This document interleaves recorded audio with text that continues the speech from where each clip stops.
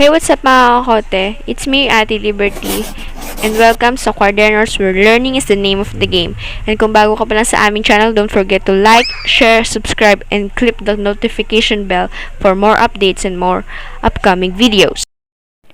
But first mga kakakote, what is making inferences? Or what is inferences? Okay, what is inference? An inference is a conclusion reached on the basis of evidence and reasoning.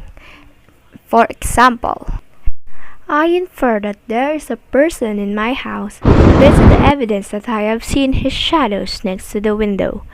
So, kitang-kita naman na dito, kaya nasabi na may tao dun sa house niya based on the evidence that nakakita siya ng shadow, which is the person's shadow next to the window.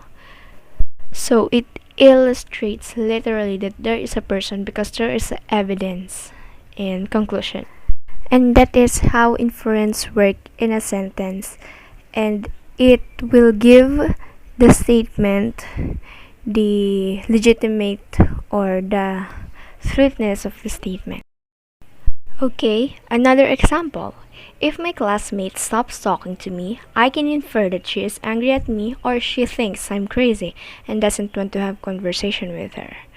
So kaya umabot yung speaker dito na sa conclusion na akala niya na galit na yung kaklase sa kanya because of the action of the classmate towards her. That is the statement na nagpapakita ng kung paano siya nakaabot dun sa conclusion na sa statement. So, that is how inference work at this statement or the sentence. And again, inference. An inference is not based solely on your opinion. It is based on evidence. In a story, everything you read in the text, what characters says or do, what events happen in the plot, etc., can be used as the basis for making an inference.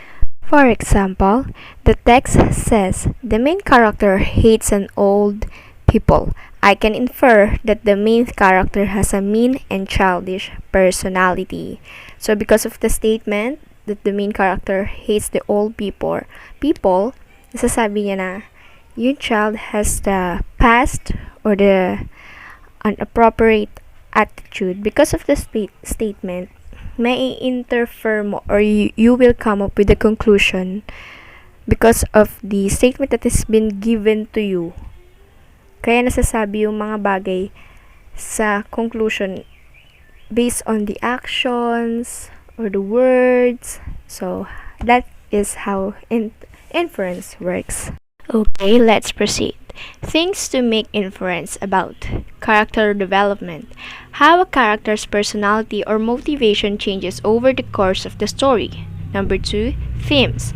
What messages, morals are revealed to the readers over the course of the story. Symbols. What things in the story represents or symbolize and how these symbols are developed over the course of the story. Lastly, the plot. How the author develops, progresses, and revolves conflicts over the course of the story. Mga kakokote, ito yung mga bagay na pagbabasihan natin para makagawa tayo ng inferences. Character development, themes, symbols, and plot. How these four things revolves in the story, so we can have an outcome in the conclusion. What does the story revolves over in the conclusion? Kapag ka alam mo yung mga nangyayari sa character development or theme, symbols in the plot, you will easily know how to make an inferences in the conclusion because alam mo na yung mga nangyayari and alam mo yung mga dapat mong ilagay at the end of the story or the statement in the sentences, mga ganyan, mga essays or what. So, inference. Making an inference can be thought of as reading between lines of what you read or observe. And this is by example, like clues in the books plus my own thinking equals inference.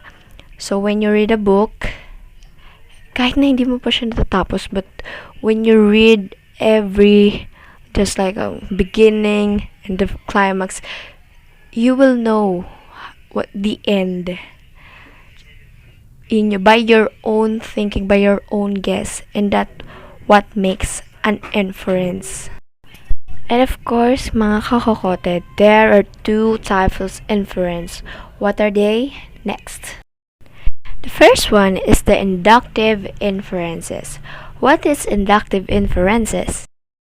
Inductive inferences start with an observation and expand into a general conclusion or theory. So dito mga kakokote, sa inductive inferences, nag-i-start muna siya by observing, and sa dulo nito, magka-come up ka into a general conclusion or theory. So what that is the first type of inferences mga kakokote ha, tandaan natin yan. The second type of inferences is the deductive inferences. What is deductive inferences? Deductive inferences are the opposite of the inductive inferences.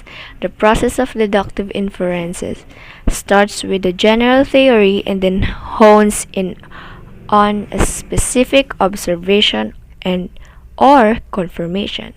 Ang ibig sabihin ng mga kakokote is ay nag-start sila with a theory before they come up with vision or confirmation. So yun yung pinagkaiba ng dalawang types of inferences, and they are most likely the opposites.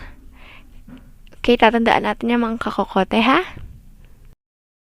So mga kakokote, in conclusion, what we have learned in this video is the meaning of inferences in different kinds of situation, how this can help in making conclusion, and we have a brief discussion of two types of inferences.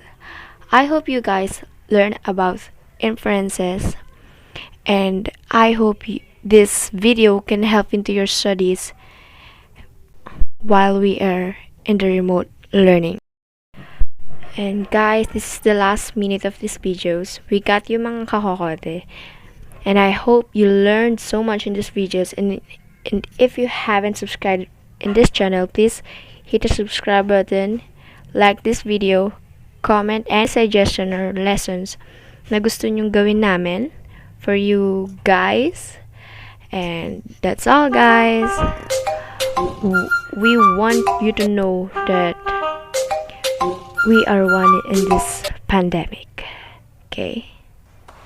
Stay safe and have faith.